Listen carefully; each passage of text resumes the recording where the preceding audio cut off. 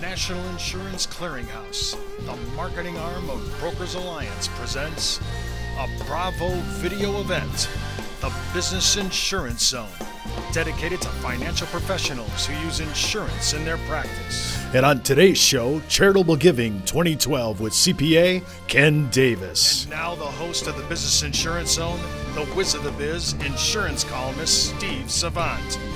Well, welcome everyone to the Business Insurance Zone. We're broadcasting live to a nationwide audience of financial professionals right here in Fountain Hills, Arizona, home of America's largest fountain.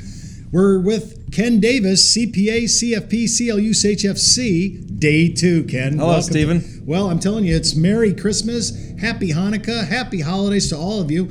We're in a charitable kind of mindset. We're going to be giving. We're going to be benevolent today. We're going to be talking about all the tactics. And one of the big ones we're going to talk about all this week, but today especially, charitable gift annuities. Or I like code. We're not going to try to use acronyms. I promise myself I'm not going to try to use acronyms on the show, okay? But charitable gift annuities, but some people use the phrase, CGAs. So they're pretty popular, by that. Ken, when I think about annuities and I'm thinking about charitable gifts, am I just giving my annuity away, or is this a whole nother tactic?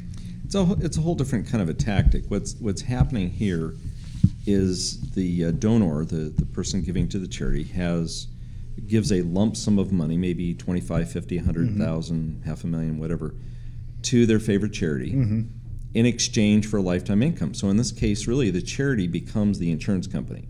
But now, do they get anything for making the contributions to the charity? Yes, they do. And what's interesting, it's kind of a split interest gift of sorts. They are giving a charitable element, and they're getting income. So how does the government determine what the deduction is? Well, basically, let's say that you had, here I've got my chart for a 70-year-old person. They would get 5.1%. So $100,000 would be $5,100 a year in income.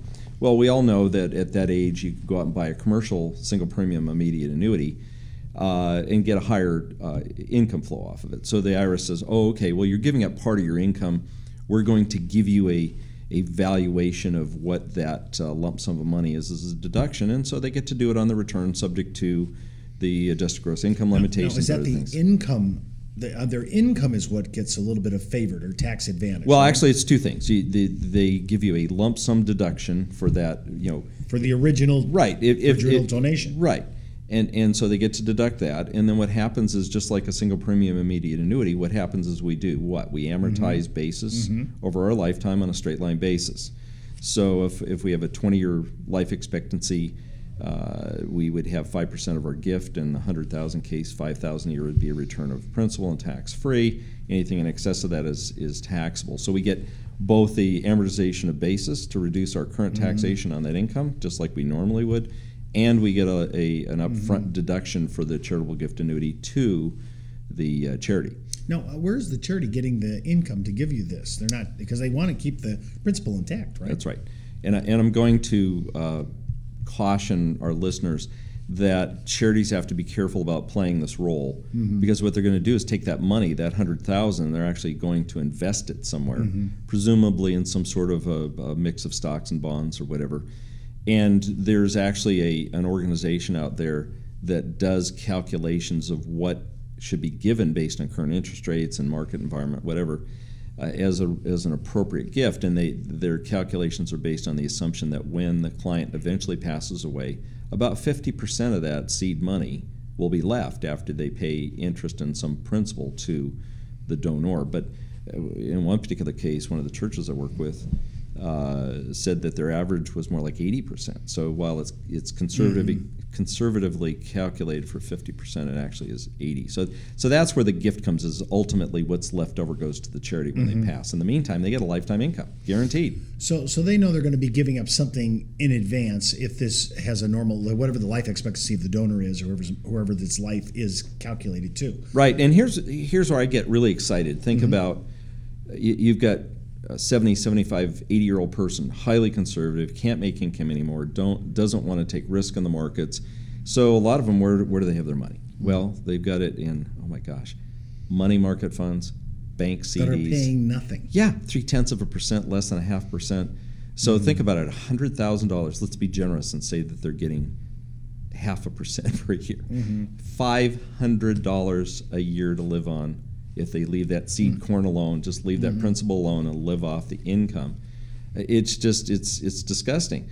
So suddenly you show a 70-year-old person, hey, I can pay you, your charity will pay $5,100 a year, partially tax-free income and a deduction up front, compared to $500 a year that's fully taxable. I mean, this is a no-brainer. This is an opportunity for the small donor to have an impact, to improve their life. I mean, wouldn't it be fun to take one of those middle-class clients that you have and say, gosh, I can improve your life? I mean, if a widow can get an extra $400 a month to live on after taxes, I mean, that can be a life changer for some of these people on fixed income. And at the same time, they love their charity, their church, their synagogue, whatever it is that's important to them, and they get a lot of joy and pleasure out of being involved in these organizations, that they can go to the head of the organization and say, I'm going to give you a charitable gift that is going to help fund the church or charity or synagogue after I pass away.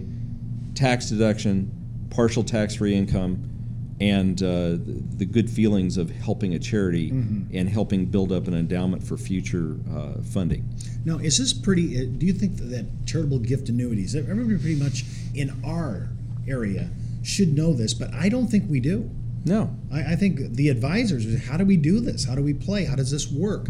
And I think, again, we're going to have this out on our site, kind of a special landing page. It's going to include all 5 of the video series. It's going to include Ken's 2010 report. You want to maybe want to show them that too, Ken, while we're doing it. Our 20-page study on high net worth. This is going to be huge. And then I'm also going to put out there a whole thing on charitable giving that we use off one of our vendors. I think it'd be really armed to the teeth. And part of that document has a lot on charitable annuities like this. Well, and the beauty of it, what we have planned for one of our later segments this week, so our listeners want to tune in, we're going to give them resources that makes this whole thing a no-brainer. There's JDs, attorneys, accountants, all kinds of people out there that will work for free to help support these concepts, give you literature, brochures, information for yourself, for your clients, whatever, and make it very simple to give. And your major charities do this. We're going to talk about community foundations later this week. And then you might even bring yourself up to speed to be able to do this. And there are some technical issues, but they're easily taken care of. There's plenty of resources out there to get this stuff done. It doesn't take long to learn what you need to know about charitable gift annuities. Attorneys working for free, I mean, I've lived to see the day. So, well, they work for us for free. They get paid by their organization. Oh, there you go. Okay, I knew it couldn't be all free. Of course not. Well, when I'm looking at this, I'm looking at some of the, you've already laid out some of the tax benefits. Right.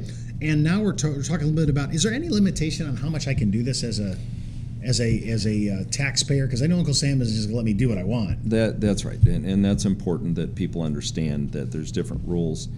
We've talked ad infinitum about adjusted gross income, that number on the bottom of the first page of your 1040. That determines how much of your charitable contribution is deductible. Okay, so before anybody gets too excited about it, make sure they've got enough adjusted gross income to absorb the deduction.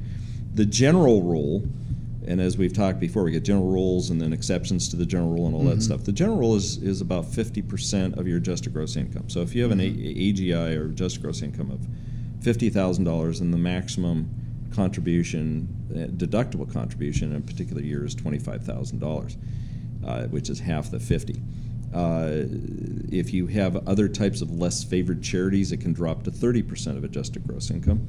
And if you're giving capital, highly appreciated capital assets, there is a 30% limitation, 20%. And you know what? That paper that we're offering to send them, there's a nice little sheet that in one-page summary goes through all of those different details and how it works. If they need more detail, again, going to these resources we're going to give them will tell them, is this the right kind of charity? What are the limits and that stuff? And even more important than that, as we talked in our show last week on tax planning at the end of the year, is you got to run it through some software. You can't just say, hey, the AGI is here, I should be golden. No, you can't. We got alternative minimum taxes, we have adjusted gross income changes. I mean, there's all this stuff flowing through the return. And the best thing is to work with your tax advisor to run it through some tax projection software. Make sure, in fact, you're going to get the tax savings you think you're going to get. Now, I noticed that when you were talking about the limitations on AGI, and we're trying to look at some of these things, I noticed that you talked about a little bit about gifting appreciated stock. You just mentioned in passing, and I'm thinking of people who have stock. First of all, they're loser stocks anyways, right? I'm just saying, if they had, would it be good to give away after I've done my capital gain, capital loss, after I've done that, and I don't want to keep forwarding this on forever, right? My losses. Is there any tactic or strategy to move this to a charity and just gift stock that's loser? Well, yes, and I want to see you get excited again. We talked about tax harvesting last week, right? I love tax harvesting. Well, first you look at your capital gains, your capital losses. Right. You sell them to create and have them offset. But then if you need more tax planning or you really want to do charitable giving, you can take appreciated stock, assuming people have appreciated stock out there at this time, and instead of, let's say you had $100,000 of stock, you had $10,000 of tax basis because you bought it 30 years ago. So you'd have a $90,000 capital gain, 100,000 minus 10, right? Well, if you did that and you paid taxes on it, then you're not going to have 100,000 to give to the charity, are you? You're going to have the 100,000 minus your taxes, and then you give it to the charity and you get a lower deduction for that lower amount, right? Well, here's the cool thing. The government, if it's to the right kind of charity, you can give the whole $100,000 to the charity and get a whole deduction for the $100,000 up to your AGI limits. And then guess what? The charity now has the stock. What do they do with it? Well, they're a charity and they're not taxable, are they? No. They're a tax-free entity. So they take and sell it, and there's no taxes to the charity on that $100,000. So you avoid immediately paying the capital gains. All right, now it's a little more complicated than that, and you don't get totally off scot-free on the capital gains. Sure. What happens then is, as you receive that income, in our first example, we get part of it is tax-exempt income, return of principal, and part of it is taxable. Well, now we have a third element. As you receive this payment, the third piece is a portion of that capital gain comes in each year. But as our financial advisors know, time value of money is important. So if you can defer the taxation many years out, that's valuable to the client not to pay current taxation. Now, but losses, though, is there any reason I should send a loser fund over? No. You should sell it, take your loss, and then give your money. Okay, that's what I'm looking okay. for. Okay, right. Now we're there. I was like, oh, well, appreciation. I appreciated stock part. I'm looking about my losers, and I don't know about you, but my portfolio has not walked through the asset allocation of Monte Carlo perfection, I have to say. But there's a $3,000 limit on tax deductions, remember, for cap losses. I knew there'd be a limitation because Uncle Sam's, he's the Grinch. He's not going to let us do what we want to do. Well, listen, you've been listening to the Business Insurance Zone, the talk show that focuses on insurance in your practice. You can email me at my email address, thebiz@brokersalliance.com, or call me direct, 1-800-290-7226, extension 147. Ken and I will be right back after a word from our premier provider of guaranteed term and guaranteed universal life, Legal and General America. Banner Life Insurance Company and its subsidiary, William Penn Life Insurance Company of New York, comprise the Legal and General America companies, part of the International Legal and General Group, one of the largest insurance companies in the world. Now, Legal and General America is one of the top-rated insurance companies in America, with one of the strongest financial balance sheet among its peers. Legal and General America is a major player in guaranteed term and guaranteed universal life, and consistently ranks among the best carriers in almost every product spreadsheet. Legal and General America's product line of guaranteed universal life endows at the maturity date, while most carriers' cash values just zero out. You know the reputation of Banner? Now know the value of LGA, Legal and General America. The power to protect, the power to preserve, the power to serve their policyholders. That's Legal and General America. Well, welcome back to the Business Insurance Zone. I'm your host, Steve Savant, insurance columnist, financial color commentator, and some people say interviewer extraordinaire. I'm probably the only one that says that. I think so. Yeah, probably. Hey, remember, before moving forward with anything that we talk about on the show, especially the strategies of this week, always talk with your CPA, your tax attorney, and your broker-dealer compliance department. Hey, before you do anything with life insurance, annuities, DI, what else do I sell? Group pension plans and long-term care. Just call us 1-800-290-7226 and we'll do a quote for you at extension 147.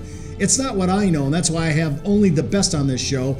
Ken Davis, Ken knows, CLU, ChFC, CFP, and CPA, and SL. Well, okay, there we go. All right, Ken. Well, I'm trying to be a good guy. Those are your initials, Steve, that last one. Yes, it is, probably. Well, we're talking about holiday planning, and nothing says happy holidays than charitable giving. And we're talking about charitable giving, and when we talk about it, in the first segment, we kind of honed in on charitable gift annuities. We're still going to touch on some of that on the second segment. But I want to get something up and out of the way because we really don't address this too often. And and I don't want to get into using acronyms on the show because I was going to say WRTs. But I want to get into wealth replacement trusts. Now, this idea of replacing something I'm giving, right? Which I heard somebody tell me the other day, well, then if you're replacing the thing that you're giving, you're not really giving.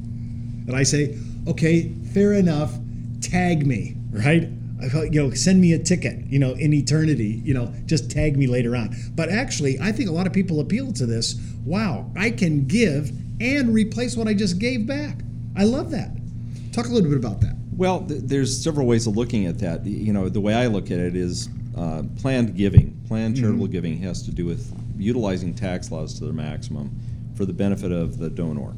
And if we can move tax dollars to the charities instead, I love that. And the Wealth Replacement Trust concept is simply you're giving away to charity. And let's start with an IRA that even somebody without estate taxes could end up giving 40% to the state and federal government. So $100,000 becomes $60,000.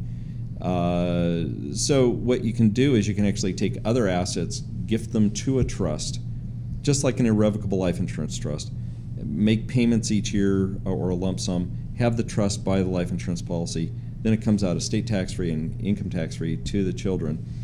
And there still may be a gift element. You still may be out of pocket, and people have to be charitably inclined.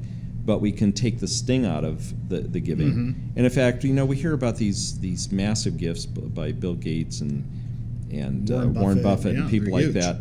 And what a lot of people don't understand is they're doing the same kind of thing. They're taking those tax savings and they're actually using them to replace or rebuild their wealth or to go out and buy life insurance. In this case, let's talk about a charitable gift annuity. We talked about that in the last segment.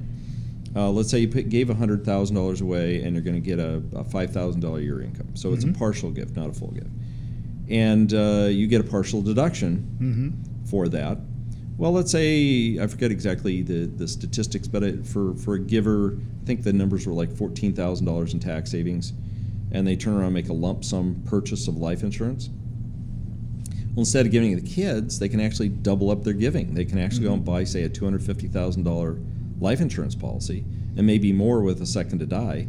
Which might have been freed up. Those funds were freed up by the tax savings. That's exactly right. Yeah. You take your tax deduction, you get tax savings, and then you can either keep it, give it to the kids, or you can turn around and then re-gift that and get a double, giving type of thing. So in that case, you really are giving, your friend who was sending you the bill. Right. In that case, you can turn around and double gift on that. So there's this money that's saved by taxes can be used in a number of ways. And just a heads up, there are many charities in the United States, and I'm thinking about one that I had just contributed to myself, that actually will match your contribution. There's entrepreneurs that are inside the board of directors, a lot of these people, that say, hey, listen, for the next 30 days, if you want to throw it, whatever, dollar for dollar, we'll match it up to whatever the number is on the ceiling.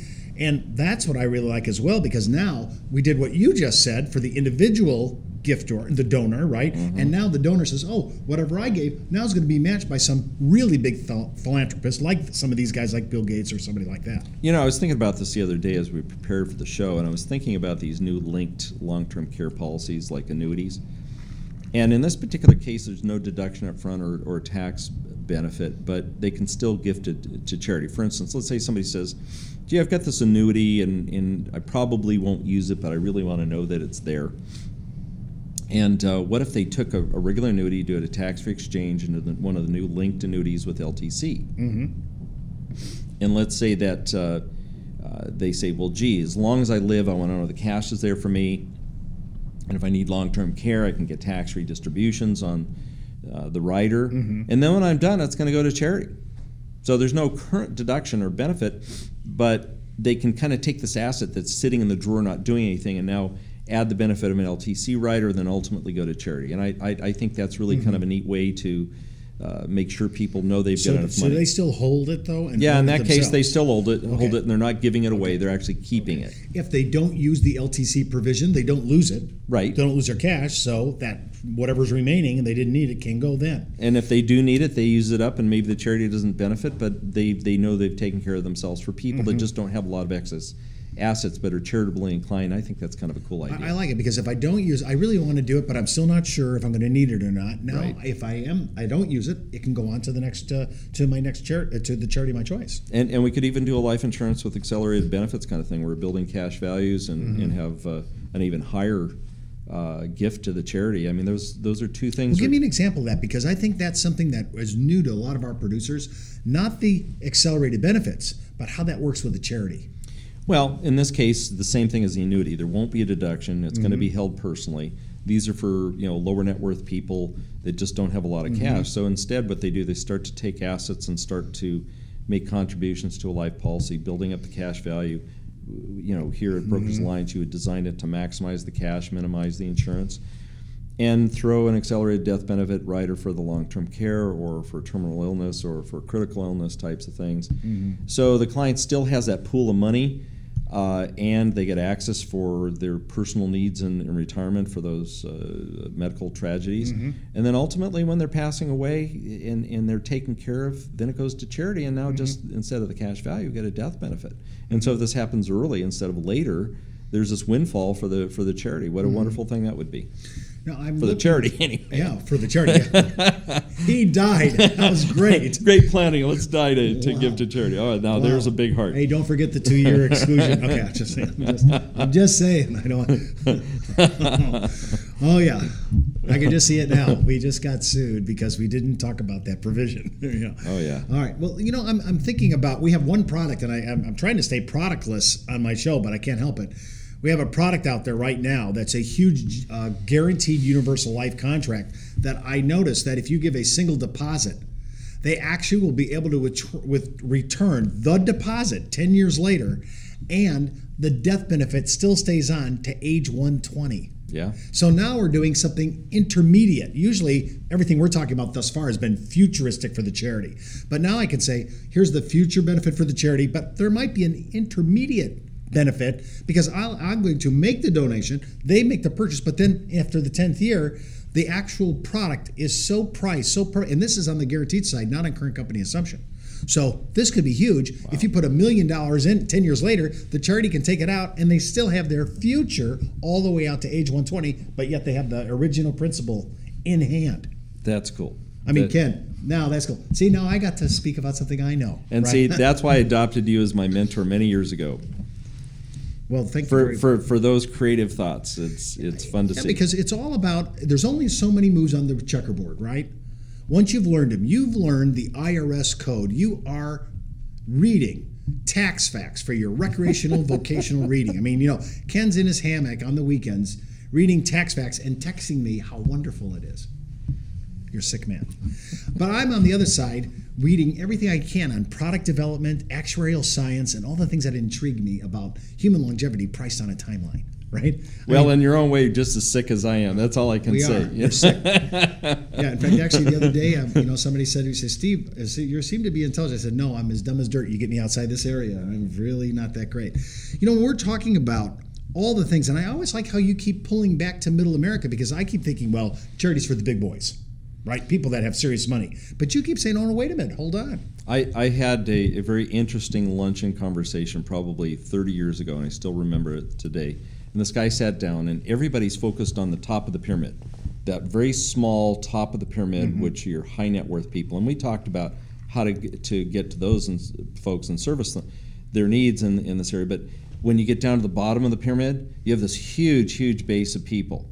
And there's a lot of people in middle class that want to do good things, and they don't feel like they can make a big difference. And I love the fact that we can help use the tax savings, the income tax savings on qualified plans, and help these people do some good in the world and feel good about what they're doing. We're talking about, and I mentioned this at yesterday's close, Big hearts, small wallets. Yeah. The heart's there. Benevolency's there. Giving's there. But they're concerned about, do I have enough for retirement? Because I don't know what my life expectancy is going to be. Right. Here are some really great tactics for middle America, people who really want to give, have a heart for it. We're in the season. This is the reason, right? And so I'm looking at always cool ideas, and you're making so many of them, like, I have an IRA. Maybe I don't need it all. Right. Could I, and how, maybe I could play with my RMDs in some way, right? Well, and what's interesting is, this is a true story. One of my best clients, we looked at his portfolio, and I noticed that he was taking money out of his IRA to give to charity, right? And then he was after he was paying the taxes. Well, actually, he was taking it out to live on at that time. So he's paying taxes on the distribution, right? And I'm saying, gosh, you've got these capital assets over here with tax basis and a 15% capital gain.